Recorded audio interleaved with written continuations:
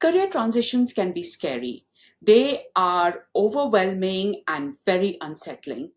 Professor Paul Hawkinson is someone who has transitioned from being a full time investment banker at Wall Street to being an associate professor at North Park University. He is also the executive director of Transform Capital, a nonprofit organization that lends low cost mortgage and business loans to families that are referred by their community partners.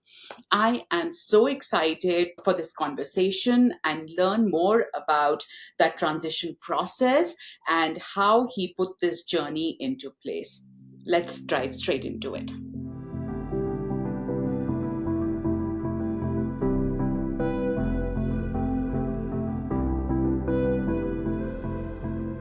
Welcome, Professor Hawkinson. It is such an honor and a privilege for me to have you on this podcast. Just to give our listeners some context, Professor Hawkinson was my professor when I was doing my MBA program from North Park University. And I just learned so much from the courses that he developed, especially the business strategy course, which was one of my favorites. And now I consider you as a mentor and someone that I turn to for guidance as I now strategize my next steps as an entrepreneur and an influencer. You've always been so generous with your time and guidance, and I really value your feedback. So I can't even tell you how thrilled I am to have you here. Well, the privilege is mine. Sometimes you go through a class and you realize that you connect with a student on a lot of different facets of life. And we've had great conversations, and to see you living into part of your purpose in this podcast is a really wonderful gift to be a small part of. So I'm grateful to be here, and thanks for having me. Oh, you're welcome. It is just absolutely my pleasure to have you here. You've had an extensive career and quite a transition.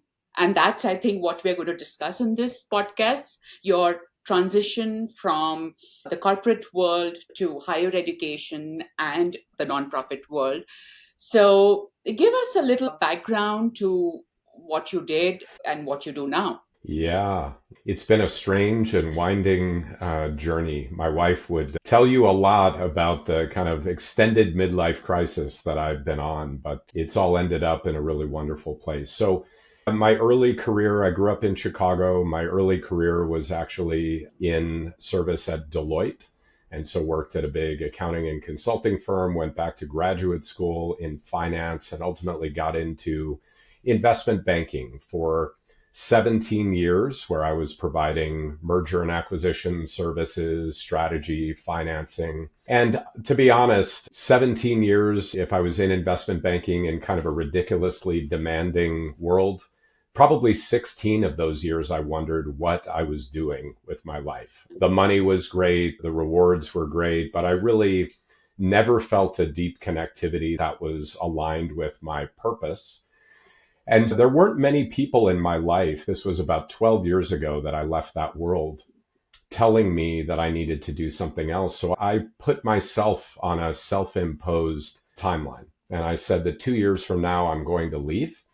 And it really gave me energy around really pursuing what was next. And so I left in 2012, and I'll spare you all of the detail of what I've done since, but I would say that my heart is to connect the creativity of commerce and Wall Street for the benefit of communities and individuals that have been marginalized. And I've done a number of things in the last 10 years, but I would say most of them revolve around using the creativity of commerce and finance for students, for communities, and in the service of maybe someone other than a private equity firm who's doing just fine. And at the end of that journey, I teach full-time strategy and finance, but I also have developed a nonprofit that really does exactly that. It uses the creativity of finance and Wall Street to ignite the potential of wealth creation for many of our neighbors that have been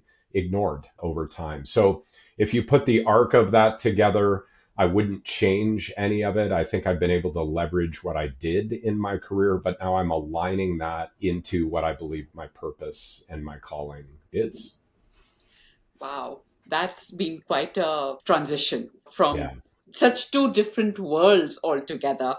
I'm really intrigued to just dig deeper. One of the missions of this podcast is that we dissect what actually goes through when we are planning a change in life and to Mm. understand, demystify that whole concept. It does motivate me when I listen to people when they talk about broad concepts about change management or shifting and the motivation that I get from listening to such conversations.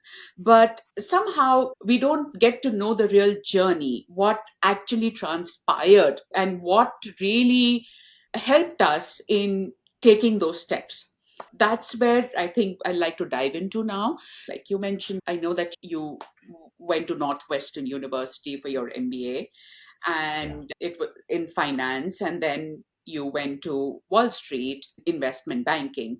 So at that age, what attracted you to finance? Yeah, that's a great question. I was at Kellogg in the mid 90s when the internet revolution was just about to begin. And so I had classmates that were leaving grad school to go to Google, to go to other courses. Of course, we thought they were crazy. It turns out that we were crazy not to leave grad school. But really, at that time, there were two paths. There was a consulting, management consulting path and investment banking. Those were the two primary draws. And to be honest, I just knew enough about myself. I was reasonably quantitative in nature, but what I knew about myself is I need deadlines to be motivated. So if you sit me in a consulting team in the middle of Iowa studying some payment processing system and we have 9 months to accomplish the work, I am completely paralyzed. I need the deadline of today with you at 3 o'clock and tomorrow at breakfast and tomorrow at noon. That's what keeps me energized. And so investment banking is much more of a kind of manic schedule and you're managing 15 things at once. I actually do well under stress. I need the stress of a deadline to get me motivated. And so I didn't know that was a perfect fit for me, but I knew that directionally that was an environment that I felt that I could thrive within. So, was there any time that you were happy? I don't know if I can use that Yeah. term because, Yeah. but did it in the beginning felt that this was the right path for you? Yeah, I should clarify. There were many, many things that I loved about investment banking. It is incredibly dynamic. You are surrounded by some of the most creative people that I've ever met. I don't think that business people are often given credit for being creative. We think of creatives as musicians or artists. And the reality is, some of the most creative people I've met are strategists within business. I loved client relationships. I loved all of that.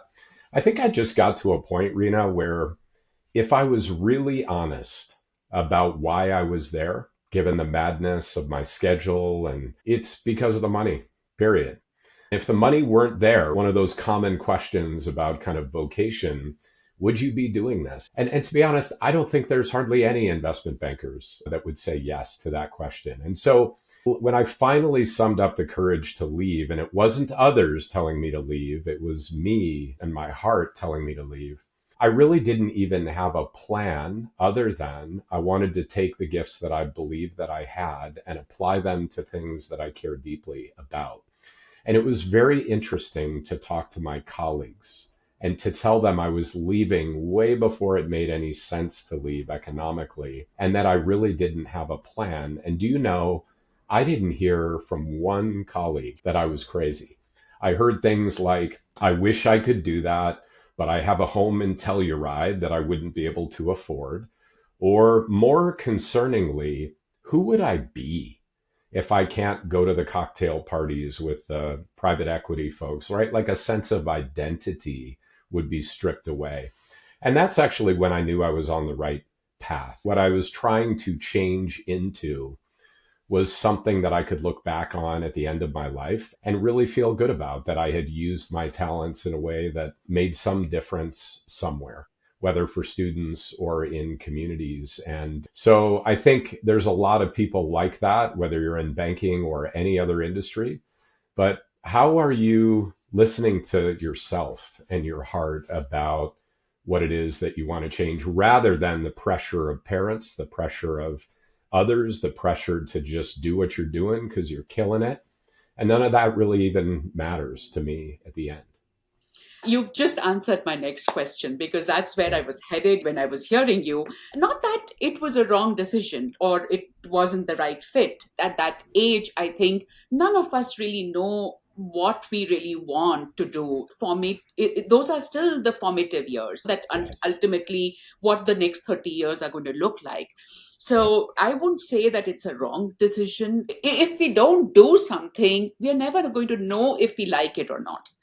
So, Absolutely. but at the same time, that decision in the beginning, was it influenced in some way by external voices? Oh, yes. But funny enough, a number of people were kind of complicit in allowing me to cop out at some level, right? Not a lot of people saying, you could really use whatever you're good at to do something a little bit more important than making Blackstone more money or whatever. But I'll tell you one really important voice. I had put myself on this countdown where I started to tell everyone in my life, I'm leaving in 2 years as accountability. Hmm. And one of the people I told was my dad. And during that time, my dad passed away. And my dad was super excited about what was next, right? He just couldn't care less. He knew, trusted completely that I would find whatever's next. He was energized by that. And so I lost my dad during that time. And then I knew, well, now I got to leave, right? Like now, and I would encourage anyone, if you're struggling with, do I stay another year? We get stuck in that trap. Give yourself a timeline. Because if you really put a date in the ground that says, by this time, I'm going to do something else, not only do you get more focused, but you stop living under this kind of sense that this is the rest of my life. I've got a short period of time I'm here. It actually makes you better at the work. You focus on it, and it gives you energy to really network and connect with other people to see what's next. I would say my dad and other voices who I had told about this deadline became really important accountability partners to say, the time's coming near. What are you going to do? Yeah, I think it really makes a difference to have that voice, especially your parents, if they can validate your choice. It Yes. makes so much of a difference in just taking that next step. And they trust you, they know you, they know what's best for you. And it makes a difference. Somewhere, I think, in your heart, there is that satisfaction that I'm making him proud, I'm making them Yeah. proud. Yeah. That's it. I will say too, my wife, on the other hand, said, wait a minute, you've worked 17 years to get this job that you thought you always wanted. I was running a group. And now your idea is that you're going to leave it with basically no plan. And it's a really interesting journey, right? To really listen to the people around you. But also, as you said, you have to really follow what you're drawn to in your heart. And ultimately, that's what allows each of us to be most satisfied in work. Yeah. So I was coming to this, and you don't have to answer if it's too private. Yeah. Yeah. But how was it at home with your wife? I'm sure she must be going through her own fears and uncertainty. Yeah. And what about your kids, your children? Did they know what you were planning? So it's a really interesting question. I have 4 kids, and we call them the bigs and the littles because two are quite a bit older than the other two. And so my older 2 kids were getting into high school around the time that I left. And that was a big part of also leaving because even when I was home, I was not home. I was gone, right, in my head or on a conference call. And I wanted to be more present for them. My younger 2 kids have only known me in this back part of my life where I'm still busy, but I'm only working on things that really draw at my heart. My wife was incredible. She had those concerns over security and all of those things. But what she would tell you now is that I'm no less busy, right? If you're wired to be active, like I'm kind of a nightmare to live with if I'm not working on 15 things. But she has embraced that I am so much more satisfied. I don't think at all for a day anymore about what I should be doing with my life. I know that I've finally found that mix of things. And so she's been incredibly patient, incredibly wise.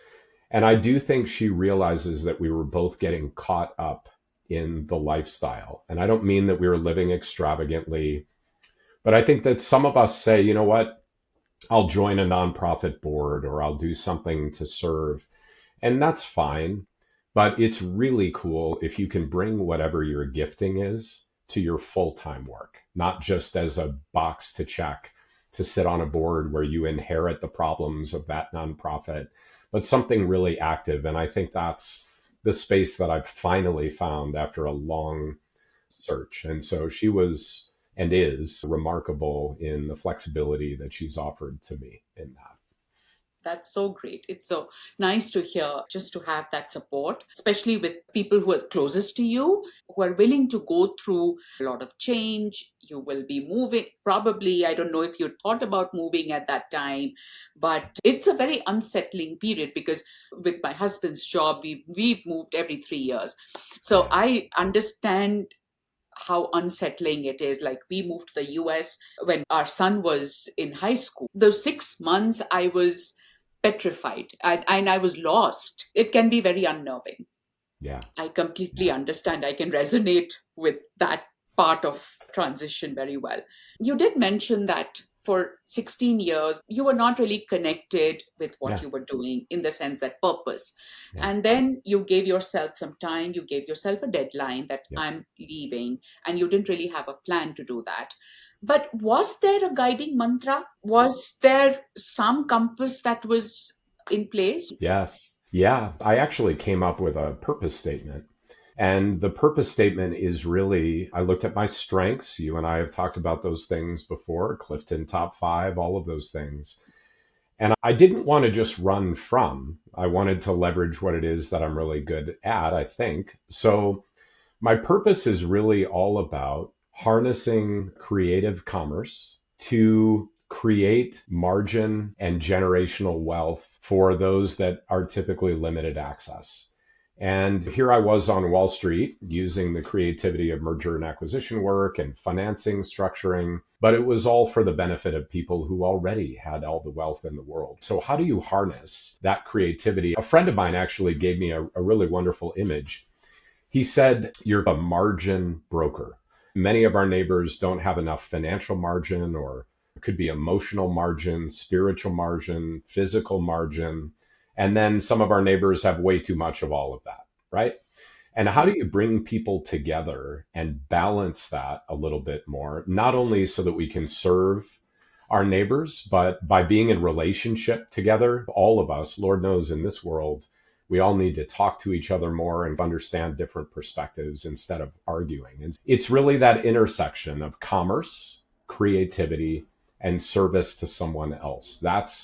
I can tell you too, in the last 10 years, I have made a series of decisions which make zero sense economically, right? Like my economic opportunity is a straight line down. And yet I am happier and more content than I've ever been. And I couldn't do what I do without the benefit of those 17 years. So it's fun to see how it all fits together and at some level gets redeemed or placed in a direction that can really be fulfilling. So then what does that your nonprofit do now? Like, how is it Yeah, playing it out? If you could talk a little bit about Transform Capital, that's your organization, yeah. and how is it bringing all those skills into play here? And what do you do? Great question. And that is the answer, right? And by the way, I've now had 30 interns from North Park, where I teach, working in Transform Capital. So those two worlds coming together. So, very simply, we all know the discrimination of lending in the big banks. And on the other side, we know the ravages of payday lending or more punitive forms of lending in communities. And in the middle, we've basically created a very simple model where we take philanthropic donations, we turn those donations into below market rate mortgage and business loans for really deserving families. Those families are referred to us by community partners that already know them well. And then actually lending is just a reason to be in relationship. We hold our loans. And so if I made you a loan, Rena, I would show up after you're in a home and I would say, what do you want to do now? What does flourishing look like for your family? And you would say, I want to grow a small business. I want a better job. Whatever it is, we open up our network because what can you and I not find in our network? And we walk alongside these families, supporting them, which in turn strengthens their ability to pay the mortgage or the business loan. And so the really cool thing about it is all of us volunteer. Back to my no economic benefit model, we all volunteer. And so we're profitable as a nonprofit 2.5 years in. And our clients know that by repaying these loans, it's recycling to create opportunity for other neighbors. And we're just creating a much simpler form of community lending. And underneath there, there's a lot of sophistication that makes it possible. But at the end of the day, we call it providing capital and catalyst to lift up our neighbors. And capital is lending, and catalyst is just walking alongside and encouraging. And so we've raised about $1.6 million from friends and family and corporate donations. And we're working on some really interesting opportunities to scale and serve others. So it harnesses everything that I've done, but also a love for underserved areas. And I grew up in Chicago, experienced a lot of those through my teammates. And so you can see a little bit about how that draws all of this change full circle for me. Yeah, that's amazing. So if somebody wants to learn more about Transform Capital, where can they find it? Yeah, Please, thank you. the So web. our website is tccommunity.org. And on there, you'll find a couple-minute animated video about what we do. You'll find we're a nonprofit lender, so we say that stories of impact are the currency that we use to repay our donors. And so interestingly, just the other night, we had a Zoom call with over 80 people on it where we share stories from the journey. Social media links are on there as well. And if you're interested, love to talk to you more about it or take you on a tour of some of the work that we do in local communities. Oh, that'll be great. Yeah, I Yeah. love to do that. And so, what kind of support are you looking from people? Yeah. How can they be of help? That's an awesome question. And it really gets at this notion of change as well. Some of it is changing our mindset. Obviously, financial support, right? We rely upon donations. But beyond that, how often is our inclination that I'd love to go serve a community? Maybe I could go paint at a home or swing a hammer for a couple hours. And that's great. What's really wonderful when you can bring what you're really good at day to day in law, in podcasting, in marketing, in media to bear alongside a community. And so I'll give you one quick example. We met a marketing and a media firm that is actually has a staff of 10 people, pro bono, no cost. They're actually doing a documentary of this community of North Chicago that we're beginning our work in for free, amplifying the stories, the history of this great community. And engagement, if you're a lawyer, if you're in business, if you're a small business owner, there are so many ways to bring those gifts, whatever it is that you do, into the service of our neighbors. And so one last example is my pest control guy, my home remodeling person. They're all our clients who have small businesses. And part of it is even switching our purchase habits, right? To give business to those whose families can be transformed instead of hiring big commercial companies, right? So some of it's actually quite simple.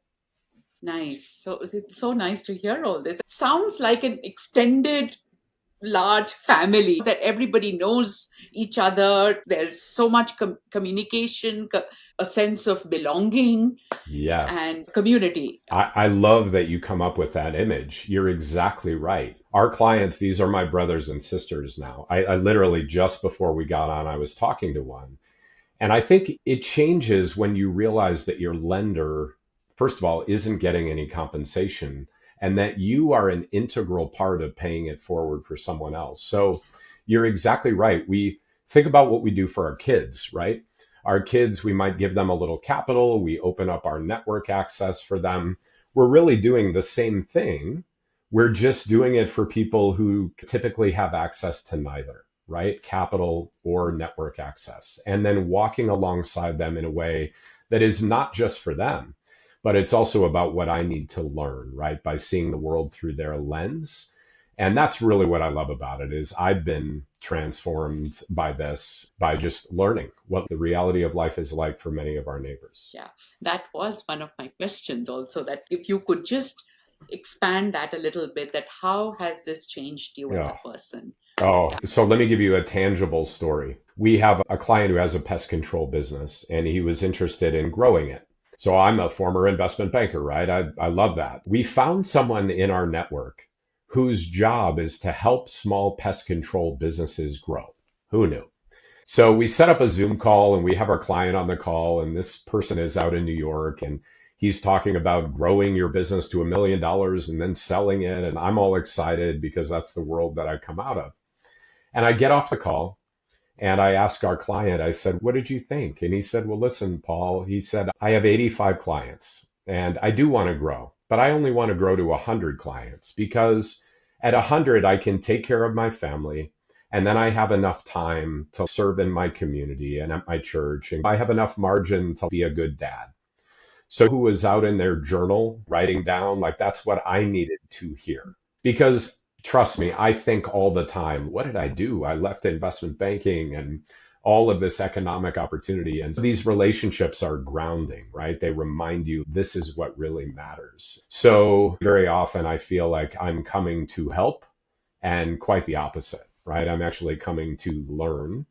And I love that. I love those surprises. And I could give you tens of those stories about how I've been changed by our clients. Wow. Yeah. That's amazing. Just listening to it, I think you feel so fulfilled and that you finally found what you were That's searching it. for.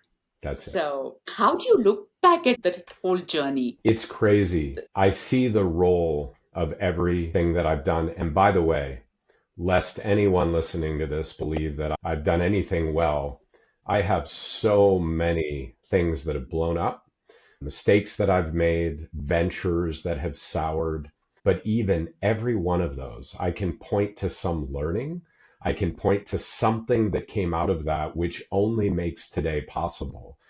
And if I've done anything well in my whole career, I would say that it's networking. Like I spend time, you and I have talked about this. I'm going to coffee right after this with someone, and without believing that there needs to be any benefit in it for you, just spend time with people inside your discipline, outside your discipline.